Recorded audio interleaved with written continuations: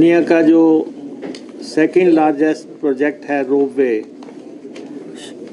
Shimla ropeway project, अब हमारा लगभग हम उसकी शुरुआत करने जा रहे हैं और लॉन्चिंग पैड पे हम पहुंच गए हैं कि उसको आगे कैसे हमने लेके जाना है।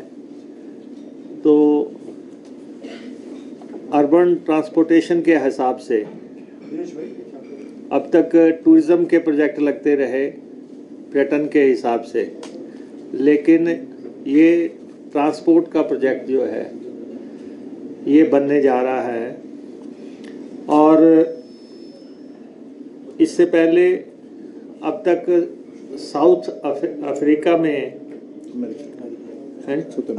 अमेरिका में जो प्रोजेक्ट इससे पहले बना हुआ है, जो 32 किलोमीटर्स की जिसकी लेंथ है, और उसके बाद इंडिया में जो प्रोजेक्ट बनने जा रहा है जिसकी लगभग सारी औपचारिकताएं पूरी हो गई हैं, उसके बारे में हम आपसे बात करने जा रहे हैं। और रोपवेज के ऊपर हमारी गवर्नमेंट का पूरा थ्रस्ट है कि आने वाले समय में हिमाचल प्रदेश में रोपवेज की श्रृंखला को कैसे बढ़ाया जाए। तो ये इको फ्रेंडली ग्रीन प्रोजेक्ट शुरू होने जा रहा है, जिसकी की लंबाई 13.55 किलोमीटर है और इसमें 3 लाइन्स होंगी और 13 स्टेशंस होंगे। 13 स्टेशंस होंगे और 3 लाइन्स होंगी। और 3 लाइन्स को जो इन्होंने मार्क किया हुआ है, एक रेड लाइन है, एक ग्रीन लाइन है, एक ब्लू लाइन है। और इस प्रोजेक्ट पे 1555 करोड़ रुपया खर्चा आएगा। और एनडीबी के साथ हमारा टाई अप हो रहा है, ब्रिक्स बैंक के साथ, जिसका हेडक्वार्टर चाइना में है। और इसमें 20% इक्विटी होगी हिमाचल प्रदेश सरकार की और 8% लोन होगा और 72% ग्रांट होगी। इस पैटर्न पे ये प्रोजेक्ट बनेगा और इसकी डीपीआर बन के तैयार हो गई है, कंसल्टेंट हायर हो चुके हैं। इस प्रोजेक्ट को ई क्लियरेंस की ज़रूरत नहीं है और फॉरेस्ट क्लियरेंस की ज़रूरत है, और जो हमें आने वाले 2-3 महीने में हम जो हासिल कर लेंगे। और इसको जो है, जो आप देख रहे हैं कि शिमला में जिस ढंग से ना तो एयर ट्रैफिक का कोई हिसाब है, ना कोई रेलवे का हिसाब है, और कंजेशन बढ़ती जा रही है लगातार। और ख़ास तौर पे आप चंडीगढ़ से तारा देवी पहुंच जाते हैं, लेकिन तारा देवी से शिमला जो अंदर चलना है वो उसमें उतना ही समय लग रहा है जितना आप लॉन्ग रूट से जाके आते हैं। तो इसके चलते इस प्रोजेक्ट को फ्रेम किया गया है और ये 40 साल की आने वाली ट्रैफिक को मद्देनज़र रखते हुए प्रोजेक्ट बनाया जा रहा है। और इसमें जो शुरुआत में कैबिन बनने हैं वो 220 कैबिन्स बनेंगे, और जब फाइनली पूरा प्रोजेक्ट बन के तैयार हो जाएगा तो 660 कैबिन इसमें लगेंगे। और हर कैबिन की कैरिंग कैपेसिटी जो है 8 से 10 पैसेंजर के बीच में रहेगी। और 2 से 3 मिनट की सर्विस होगी यहाँ पे। और ख़ास तौर पे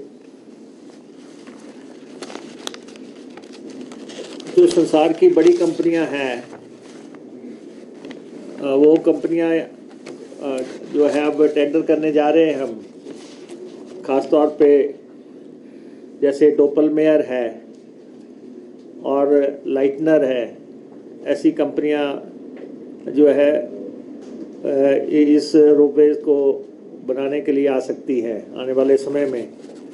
और तारा देवी से हम शुरू करेंगे, फिर जुडिशियल कम्प्लेक्स चक्कर जाएंगे और फिर टूटी कंडी पार्किंग पे आएंगे, फिर न्यू ISBT पे आएंगे, फिर रेलवे स्टेशन पे आएंगे, फिर ओल्ड ISBT पे और फिर लिफ्ट पे, फिर सेक्रेटेरिएट पे, Navbahar, Sanjauli, IGMC, ice skating ring और 103 नियर होटल सेसल। तो ये 13 आज स्टेशन इसके बनेंगे और जो भी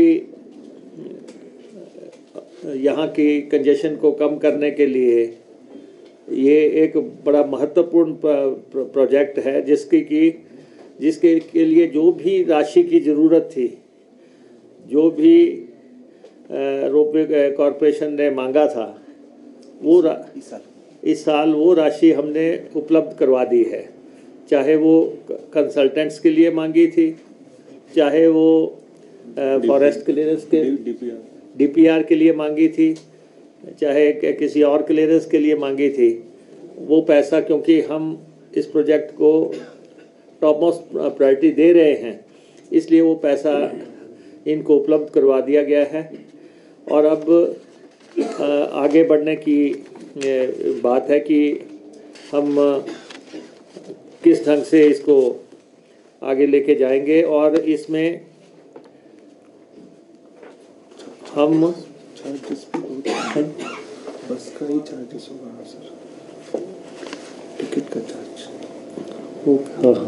हाँ, इसमें जो टिकट का वो रेट होगा वो बस के रेट्स के आसपास ही रहेगा, तो ताकि इसको बढ़ावा दिया जा सके।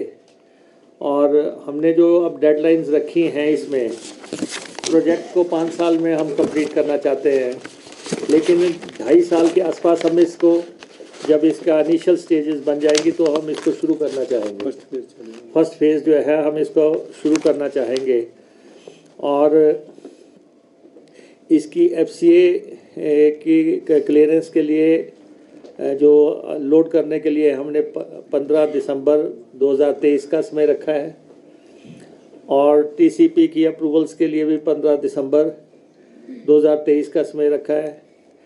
और इसकी बिड्स जो है 31 मार्च 2024 को जो है हम करने के लिए प्रयासरत हैं। ट्राई पार्टी नेगोशिएशन के लिए भी जो है 31 मार्च 2024 का समय रखा है। इसमें ट्राई पार्टी नेगोशिएशन होगा क्योंकि हिमाचल सरकार, केंद्र सरकार और बैंक तीनों के बीच का ये मसला है।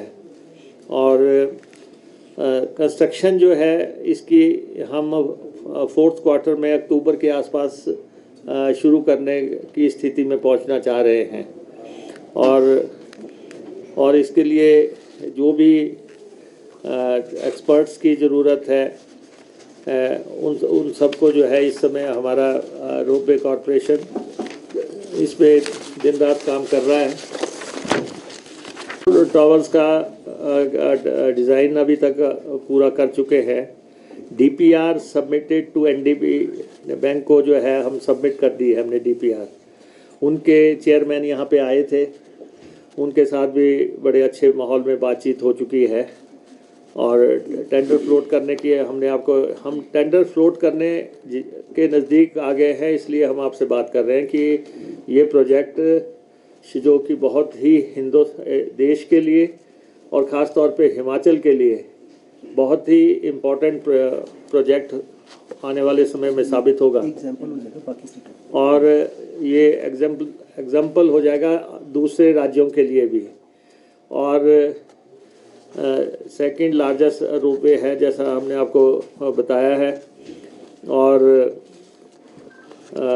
जो पहले रोपवे जो है बोलीविया में पहला बना हुआ है 32 किलोमीटर का जो है, और वो आपको हम यहाँ पे दिखाएंगे भी। और इस प्रोजेक्ट को हम हर हालत अंजाम पे पहुँचाना चाहते हैं, और इसमें इसलिए हम आपसे भी सहयोग मांग रहे हैं। और इसके बाद एक और ट्राई हम कर रहे हैं, संसार का सबसे बड़ा प्रोजेक्ट हिमाचल में लग जाए, तो उसके लिए हम परवाणु शिमला को प्रपोज कर रहे हैं। 38 किलोमीटर का प्रोजेक्ट है, अब तक 32 किलोमीटर का सबसे बड़ा है संसार में। हम इस पे भी हमने कॉरपोरेशन को, चेयरमैन साहब को ये कहा है कि इस पे भी साइमल्टेनियसली काम आप शुरू करें, ताकि सारे संसार में अगर हम पथ प्रदर्शक बन सकें, तो इस रोपवे पे भी पीपीपी मोड पे हम करना चाहते हैं। ये 6800 करोड़ रुपए का प्रोजेक्ट होगा। और इसके अलावा हिमाचल प्रदेश में अब तक जो रोपवेज के प्रोजेक्ट हुए हैं, एक तो हमारा सोलंग नाले वाला प्रोजेक्ट है, बहुत अच्छा चल रहा है, और वो 38 करोड़ रुपए से शुरू हुआ था। टाटा ने धर्मशाला में प्रोजेक्ट लगाया था 200 करोड़ रुपए के आसपास का। वो जब हम 7 से 12 के बीच में हमारी सरकार थी, तब हमने टाटा के साथ नेगोशिएट किया था, और वो प्रोजेक्ट धर्मशाला में लग के तैयार हुआ। उसके बाद टिम्बर ट्रेल का प्रोजेक्ट है, प्राइवेट सेक्टर में है, और उसके बाद शिमला के जाखू का प्रोजेक्ट है, और उसके बाद नैना देवी का एक प्रोजेक्ट है, छोटा सा प्रोजेक्ट है। और नाबार्ड का पहला प्रोजेक्ट पूरे देश में हमने बगलामुखी का जो यहाँ पे लग रहा है, वो हम कोशिश करेंगे कि हम मार्च तक उसको कंप्लीट कर लें और उसको इनॉग्रेट करवा दें और पब्लिक के लिए खोल दें। तो अब तक यहाँ पे हिमाचल प्रदेश में यही प्रोजेक्ट्स लगे हैं।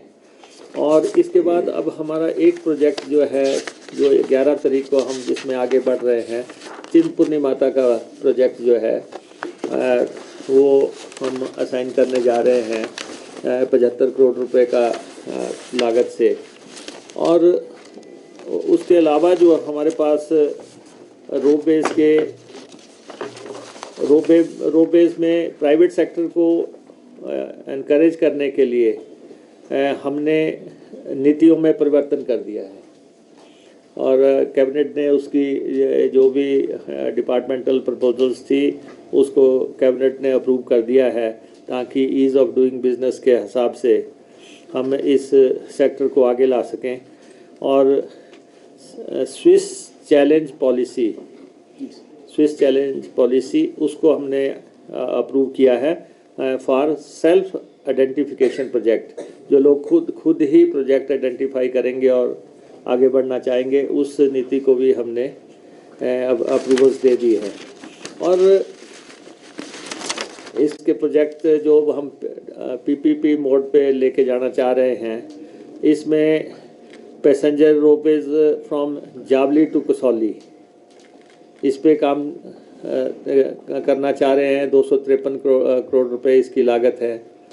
और फिर उसके बाद infrastructure from Narkanda to Hatu peak, ये जो 3.36 किलोमीटर का 172 करोड़ का ये प्रोजेक्ट है।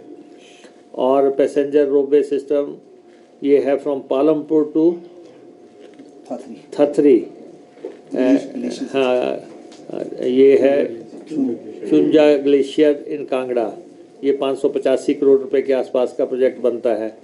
और पैसेंजर रोपवे ये है फ्रॉम बाबा बालकनाथ टेम्पल, या 65 करोड़ रुपए का।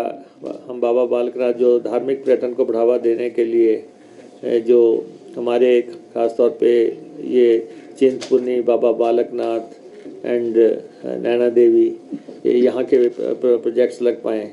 और डेवलपमेंट ऑफ बीड बिलिंग इन कांगड़ा, ये 156 करोड़ रुपए का है।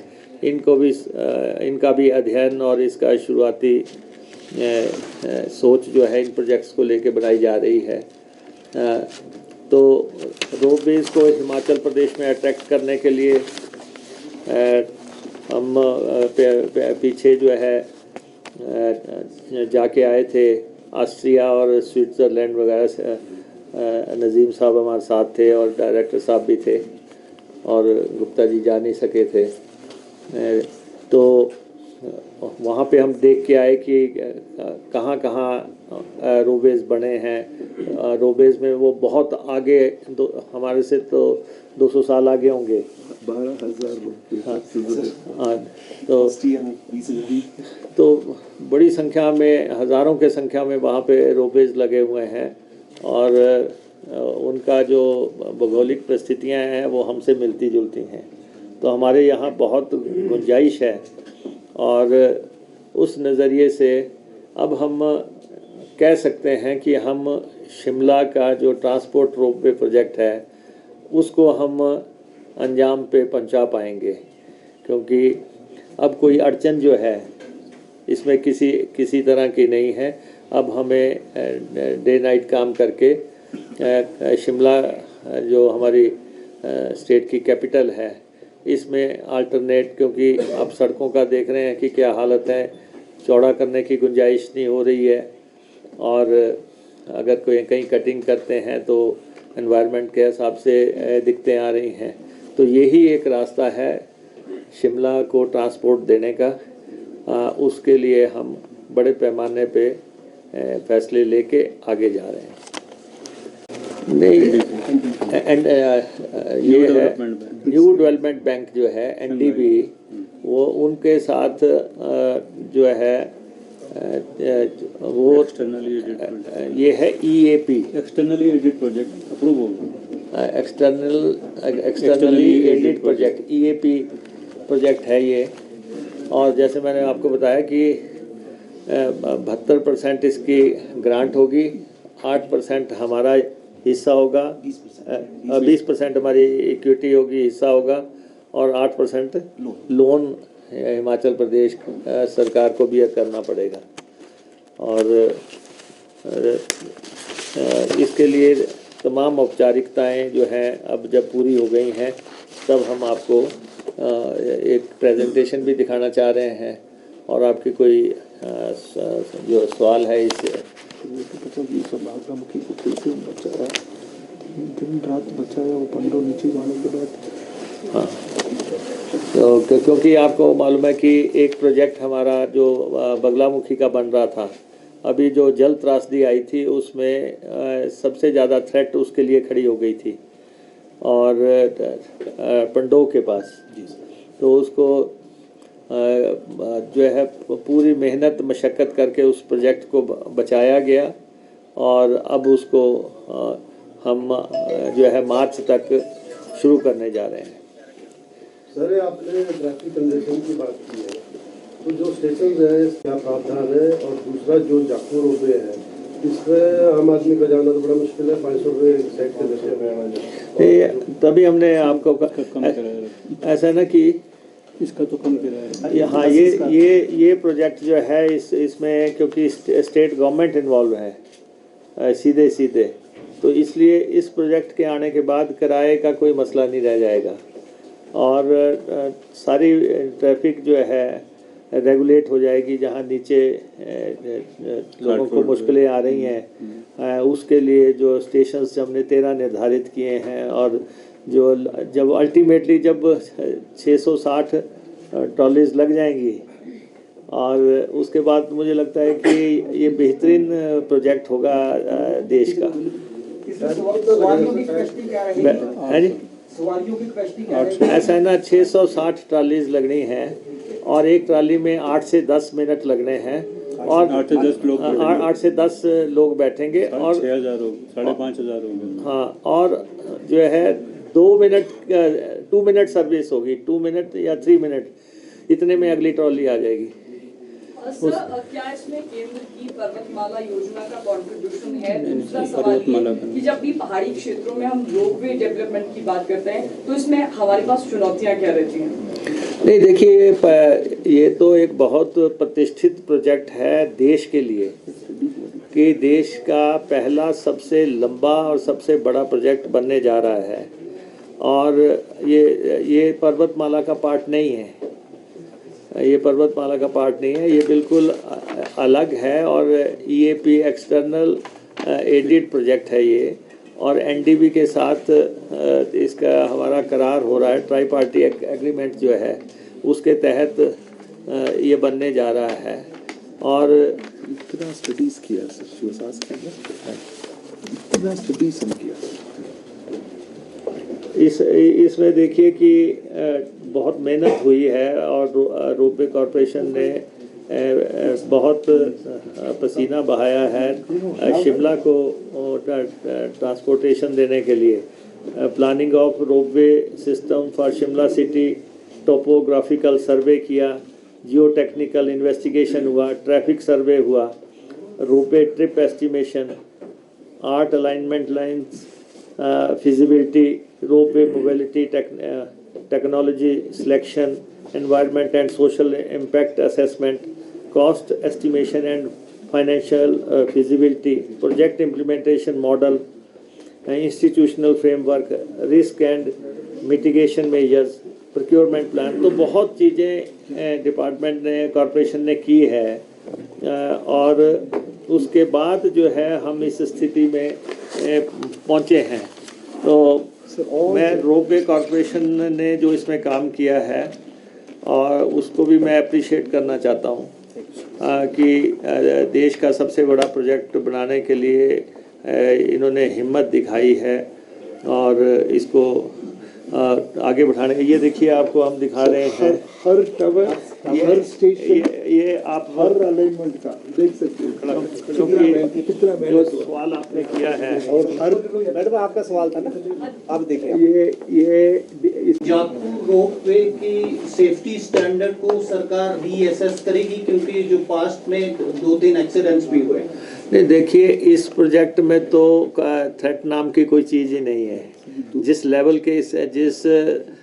के ये स्टैंडर्ड्स हैं, और CEM कम्युनिटी डीनॉर्मलाइजेशन, हाँ, तो इसके जो स्टैंडर्ड हैं वो तो कोई समझौता ही नहीं है, और इसीलिए इसको इतना टाइम लग रहा है। और इसके लिए जो कंपनीज आ रही हैं, वर्ल्ड क्लास कंपनी जो है देश में, संसार में 4 बड़ी कंपनीज हैं रोपवे की। कौन कौन सी है? डॉपलमेयर है, लाइटनर है, पोमा है, बारतुले। ये 4 कंपनियां जो है रोपवे की दुनिया की जो है बेताज बादशाह हैं, जिन्होंने संसार में बहुत बड़े बड़े रोपवेज बनाए हैं। और ये जो, हालांकि मैं ये बात करना नहीं चाहता, जो अब तक रोपवेज लगे हैं ये सेफ्टी स्टैंडर्ड उससे बिल्कुल हटके स्टैंडर्ड्स हैं। मनाली और धर्मशाला का जो है को छोड़ के, लेकिन इसके स्टैंडर्ड्स से कोई कंप्रोमाइज़ नहीं है। इसके स्टैंडर्ड्स जो हैं वर्ल्ड क्लास स्टैंडर्ड्स हैं, और इसकी कंपनीज भी जब आएंगी तो टेंडर हम फ्लोट कर रहे हैं।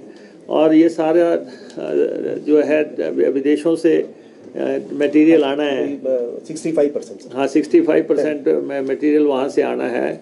और इसलिए हम खुद भी विज़िट करके आए हैं, इसको लॉन्च करने से पहले हम खुद देख के आए हैं कि उनके क्या स्टैंडर्ड्स हैं। सर, इसका जो सब स्टैंडर्ड है क्या उनको रीअसेस किया जाएगा? है जी, जो सब स्टैंडर्ड हैं including Jakhu ropeway safety major से, क्या सरकार उनको रीअसेस करेगी? नहीं देखिए, आज का दिन हम एक बहुत बड़ी परियोजना पे बात कर रहे हैं, आप हमें घुमाना चाह रहे हैं कि हम आपको हिंदुस्तान के, देश के, इंडिया के सबसे बड़े रोपवे प्रोजेक्ट में आगे बढ़ने की जो हमारी स्थिति है उसको हम ब्रीफ आपको कर रहे हैं।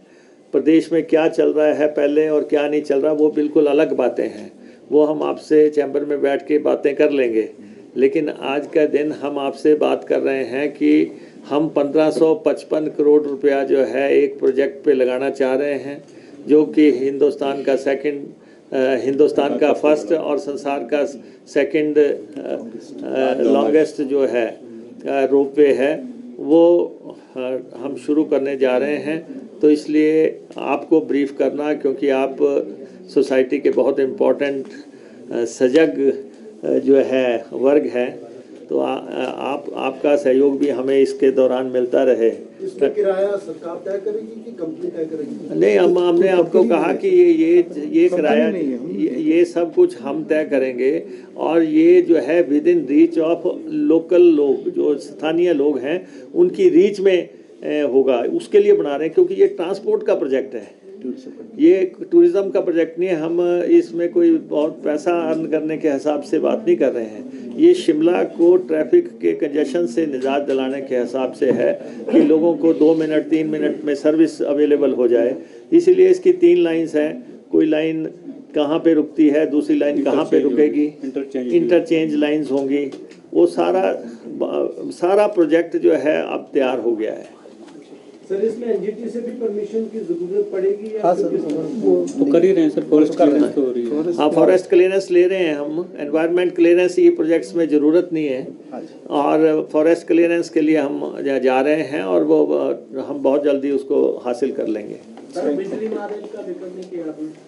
है बिजली मार्ग वो भारत सरकार का पर्वतमाला का, वो भारत सरकार का पर्वतमाला का प्रोजेक्ट है, और उसमें जो है स्टेट के कुछ इश्यूज हैं जो कि सेटल नहीं हो पा रहे हैं। भारत सरकार चाहती है कि आप जो है इस प्रोजेक्ट में अपना कोई स्टेक ना रखें, और हमें आप जो है ज़मीन उपलब्ध करवा दें, इंफ्रास्ट्रक्चर क्लियरेंस उपलब्ध करा दें, लेकिन आपका कोई भी हिस्सेदारी या आप प्रॉफिट में आपका कोई शेयर ना हो। तो उसमें जो है पत्राचार चल रहा है लगातार। तो वो टूरिज़्म का प्रोजेक्ट है, ये ट्रांसपोर्ट का प्रोजेक्ट है। Thank you sir.